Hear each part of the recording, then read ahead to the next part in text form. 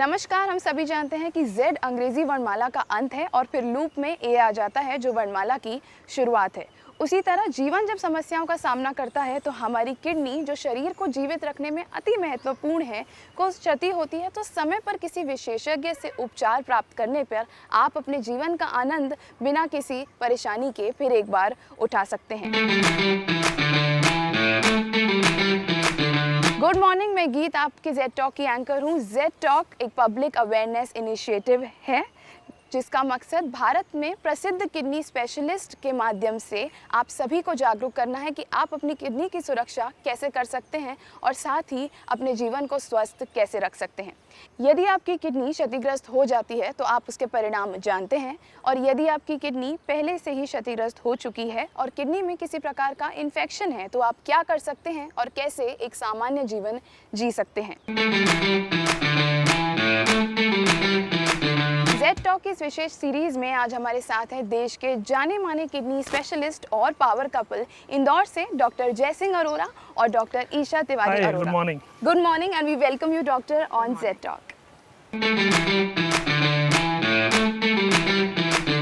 Doctor, ऐसा माना जाता है कि किडनी हेल्थ के लिए वॉक करना बहुत फायदेमंद है। Is it true? क्या आप ऐसा मानते हैं? Undoubted true. बिल्कुल। Always happy to work for the health. तो सर, आज वॉक करते करते जानते हैं आपसे किडनी के बारे में हर बार। Oh, today we have baby doctor Arora with us. Sir, आप इतने फिट हैं, मैम आप इतने फिट हैं, अपनी सेहतमंदी का राज हमारे रोगियों के साथ ज़रूर शेयर करें क्योंकि आप डेफिनेटली अपने पेशेंट्स के लिए एक रोल मॉडल हैं। देखिए, सेहत के लिए दो ही राज हैं। एक, अच्छा खाएं और at least 30 to 40 minutes per day 5 times a week इतनी एक्सरसाइज मॉडरेट में करें तो सभी सेहतमंद रह सकते हैं। डॉक्टर ईशा? बिल्कुल सही है। गाइडलाइंस भी यही कहती हैं कि हमें हफ्ते में 5 दिन और कम से कम 30 मिनट तक मॉडरेट वर्कआउट करना चाहिए। मेरे केस की स्पेसिफिकली बात करें तो इसके पीछे दौड़ने में वो एक्सरसाइज हो जाती है, पर आप भी जो रूटीन वर्कआउट्स होते हैं जिनमें एरोबिक्स शामिल है, अगर आप स्विमिंग पसंद करते हैं तो वो इस तरह की एक्टिविटीज़ करके अपने आप को फिट रख सकते हैं। Ladies first. डॉक्टर ईशा, मेरा पहला सवाल आपसे है कि हमारे शरीर में किडनी की क्या भूमिका है, किडनी हेल्थ की क्या इंपॉर्टेंस है और किडनी समस्या कितनी आम है? Okay, so thank you for the question. Definitely लोगों के लिए ये जानना ज़रूरी है कि जिस अंग के बारे में हम बात कर रहे हैं वो हमारे शरीर में काम क्या करता है। सो किडनीज़, जिन्हें हम हिंदी में गुर्दा भी बोलते हैं, ये 2 होती हैं। ये पैर में पाई जाती हैं, जिस तरह हम लोग राइट और लेफ़्ट किडनी को रिप्रेजेंट कर रहे हैं। सो ऐसा बोला जाता है कि किडनीज़ शरीर का मिराक्युलस ऑर्गन है या चमत्कारिक अंग है।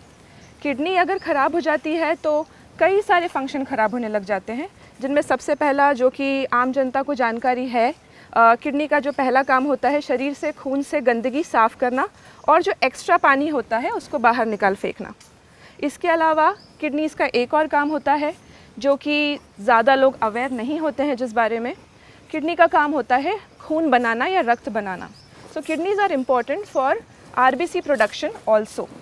इसके अलावा किडनी हमारे हड्डियों को मजबूत करती है विटामिन डी का मेटाबॉलिज्म करके, और भी जो मेटाबॉलिज्म की एक्टिविटीज़ होती हैं, शरीर में एक बैलेंस बनाए रखने की जो प्रक्रिया है उसमें किडनी महती भूमिका निभाती है। कारण जानना बहुत ज़रूरी है। तो डॉक्टर जय, मेरा अगला सवाल आपसे है, किडनी रोग के सामान्य कारण क्या हो सकते हैं? देखिए, किडनी डिसीजेस के कई सारे कारण हो सकते हैं। अगर हम सबसे आम कारण देखें भारत में तो वो डायबिटीज़ है। भारत डायबिटीज़ का कैपिटल बनता जा रहा है, लाइफस्टाइल डिसीजेस के लिए कैपिटल बनता जा रहा है, और हम बहुत तेज़ी से उस डायरेक्शन में तरक्की कर रहे हैं जो हमें नहीं करनी चाहिए। दूसरा कारण बढ़ा हुआ ब्लड प्रेशर। इसके अलावा भी कई सारे कारण होते हैं जिसमें यूरिन का इन्फेक्शन, बार बार स्टोन प्रॉब्लम होना और उसको ट्रीट प्रॉपरली नहीं करना या करवाना। इसके अलावा कुछ जेनेटिक कॉजेज़ होते हैं जिसमें आमतौर पे पेशेंट को ये नहीं पता होता कि उसके अंदर एक किडनी बीमारी चल रही है, और उसके बहुत ही सटल साइन होते हैं। विश्व में एक बीमारी जिसको IgA नेफ्रोपैथी बोलते हैं वो बहुत आम पाई जाती है, और भारत में भी उसकी संख्या बहुत बड़े नंबर पर है। पर उसके डायग्नोसिस के लिए कुछ टेस्ट होते हैं जो आमतौर पे मरीज करवा नहीं पाते, और इन पेशेंट्स में सिर्फ ब्लड प्रेशर की वजह से किडनी ख़राब होती है ऐसा माना जाता है। इसके अलावा कई सारे जेनेटिक कारण हैं जिसमें एक सिस्टिक डिसीज़ होती है जो परिवार में चलती है।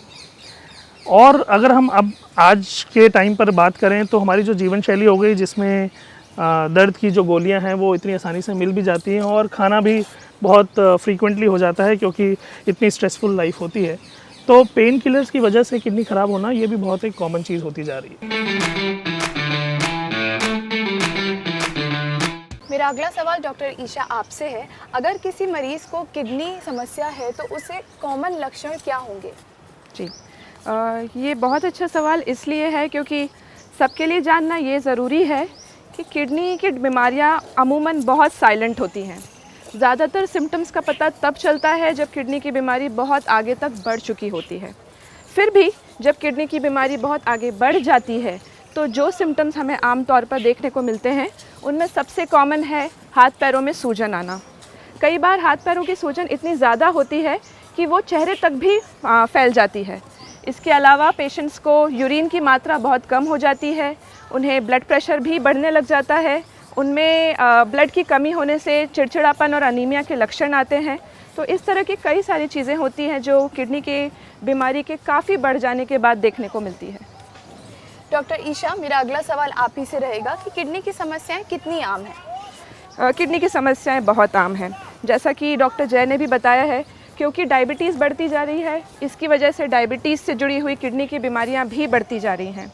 इसके अलावा हम ये कह सकते हैं कि क्रॉनिक किडनी डिजीज़, जिसे CKD बोलते हैं, जहां किडनीज़ इरिवर्सिबली काम करना बंद कर देती है, ये तीसरा सबसे कॉमन डिजीज़ है जो पूरी दुनिया में ग्लोबली पाया जाता है। इससे आप अंदाज़ा लगा सकते हैं कि हमारे समाज में किडनी की बीमारियां कितनी तेज़ी से और कितनी ज़्यादा फैल रही हैं। डॉक्टर जय, मेरा अगला सवाल आपसे है, क्या किडनी रोग का कोई भी दुष्प्रभाव हृदय जैसे महत्वपूर्ण अंग पर होता है? देखिए, जैसे कि डॉक्टर ईशा ने बताया कि किडनी का जो काम होता है वो होता है हमारे शरीर की गंदगी को निकालना। हृदय में डेफिनेटली बहुत मेजर रोल होता है। इसके अलावा अगर देखें तो ये गंदगी पूरे शरीर के सारे अंगों को ख़राब कर सकती है।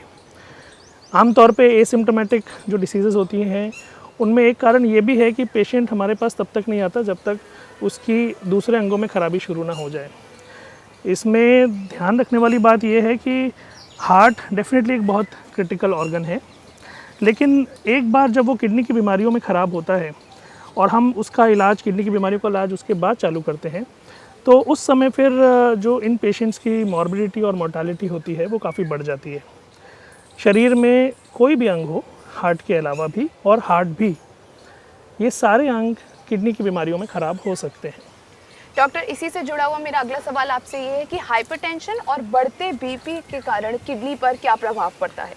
हाइपरटेंशन के कारण किडनी ख़राब हो सकती है और किडनी ख़राब होने की वजह से भी हाइपरटेंशन हो सकता है। देखा ये गया है कि भारत में 18 से 20% के आसपास लोग हाइपरटेंसिव हैं और किडनी का प्रतिशत भी लगभग 15% के आसपास है। इसमें आपके माध्यम से आपके दर्शकों को ये जानना चाहिए कि जो लोग 40 साल से कम की उम्र के हैं और यदि उनको ब्लड प्रेशर होता है तो उनमें किडनी की बीमारी पाना बहुत आम कारण होता है और किडनी की वजह से ही ब्लड प्रेशर बढ़ा होता है। वो व्यक्ति जो 60 साल के से ऊपर का है और शुरुआत में उसका ब्लड प्रेशर ठीक था लेकिन अब ब्लड प्रेशर बढ़ने लगा, उनमें भी किडनी इन्वॉल्वमेंट एक ये इनडायरेक्ट एक एविडेंस है, इनडायरेक्ट एक साइन है कि किडनी इन्वॉल्वमेंट शुरू हो चुका है। किडनी की बीमारी और किडनी की बीमारियों में ब्लड प्रेशर मिलना आम बात है। जो मरीज़ किडनी की बीमारी से ग्रसित होता है उनमें 80 से 90% लोग ब्लड प्रेशर के मरीज़ हो ही जाते हैं। अब इसमें एक बहुत अच्छा पॉइंट जो हम सबको जानना चाहिए वो ये है कि जो किडनी का फंक्शन है, जैसे मैडम ने बताया, उसमें से एक बहुत इम्पॉर्टेंट फंक्शन ये भी है कि वो हमारे शरीर में एक ब्लड प्रेशर की नॉर्मल या स्थिरता को मैनेज करने में, मेंटेन करने में किडनी का बहुत मेजर रोल है।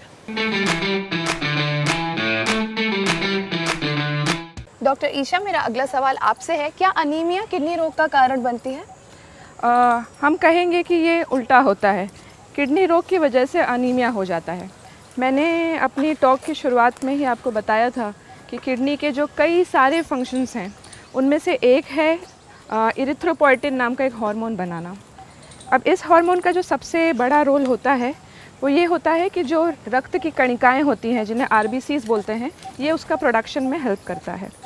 अगर किडनी काम नहीं कर रही है तो इरिथ्रोपोइटिन भी कम बनेगा, इरिथ्रोपोइटिन कम बनेगा तो आरबीसीज कम रहेंगे और अनीमिया हो जाएगा।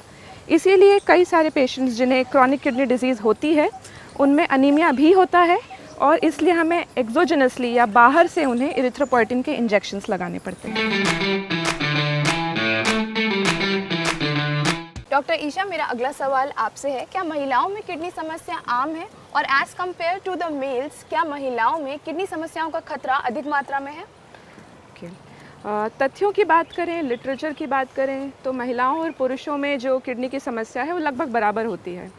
लेकिन समाज की ये विडंबना है कि क्योंकि महिलाओं की जो पोजीशन है वो समाज में उतनी स्ट्रांग नहीं है, इसलिए कई बार वो चिकित्सक का परामर्श लेने तक ही नहीं पहुंच पाती हैं।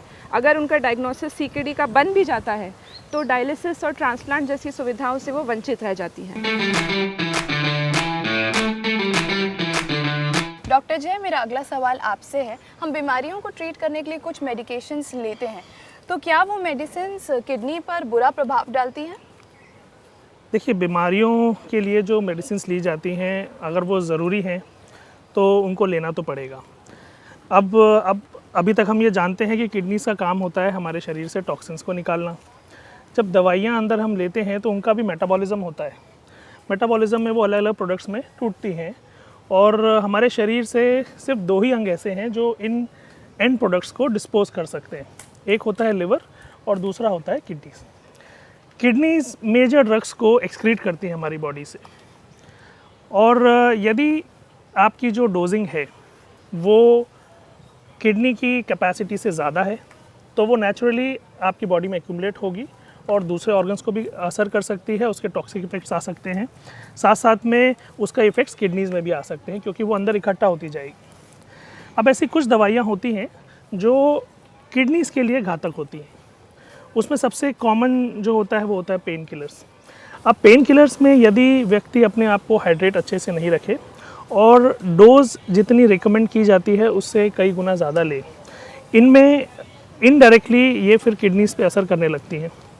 बहुत सारी बीमारियां, चाहे वो कैंसर की बीमारी हो या फिर और कोई क्रॉनिक डिसीज़ हों, उनमें कई बार ऐसी दवाइयां होती हैं जिनको समय समय पर हमारे शरीर से निकल जाना चाहिए।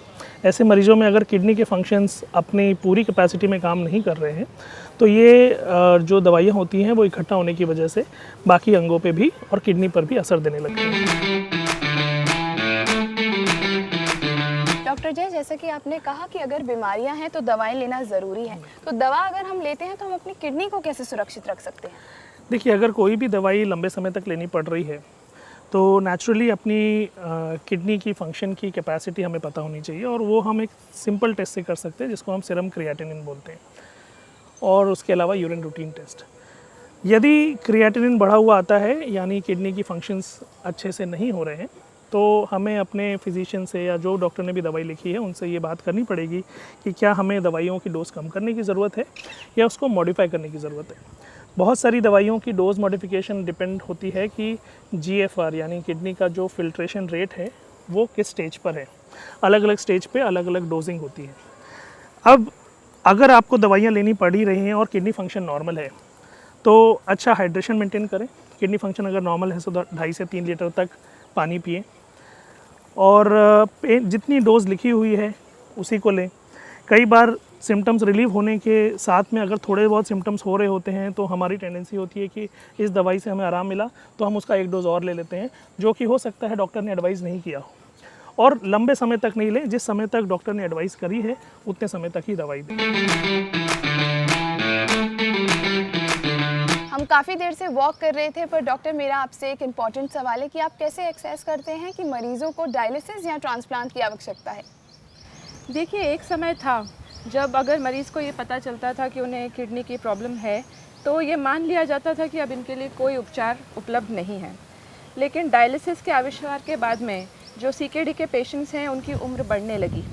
इसके बाद आया ट्रांसप्लांट, जिसमें जिसे गुर्दा का प्रत्यारोपण भी कहते हैं। इसमें एक हेल्दी मनुष्य की किडनी को लिया जाता है और रोगी में फिट कर दिया जाता है, अगर हम सिंपल टर्म्स में बात करें, और फिर ये healthy kidney normal function start कर देती है। तो किस मरीज़ का डायलिसिस या ट्रांसप्लांट करना है वह देखने के लिए हमें उसकी पूरी क्लिनिकल पिक्चर देखनी पड़ती है।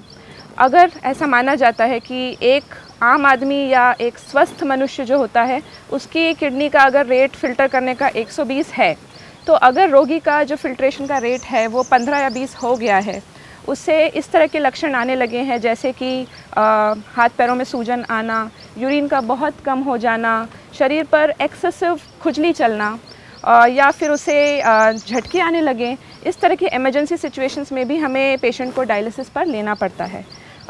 उन पेशेंट्स को जिन्हें हमें लगता है कि ये ट्रांसप्लांट के लिए फ़िट हैं या खुद ही उत्सुक हैं, उन्हें हम पहले डायलिसिस करके फ़िट करते हैं और फिर उनका ट्रांसप्लांट प्लान करते हैं।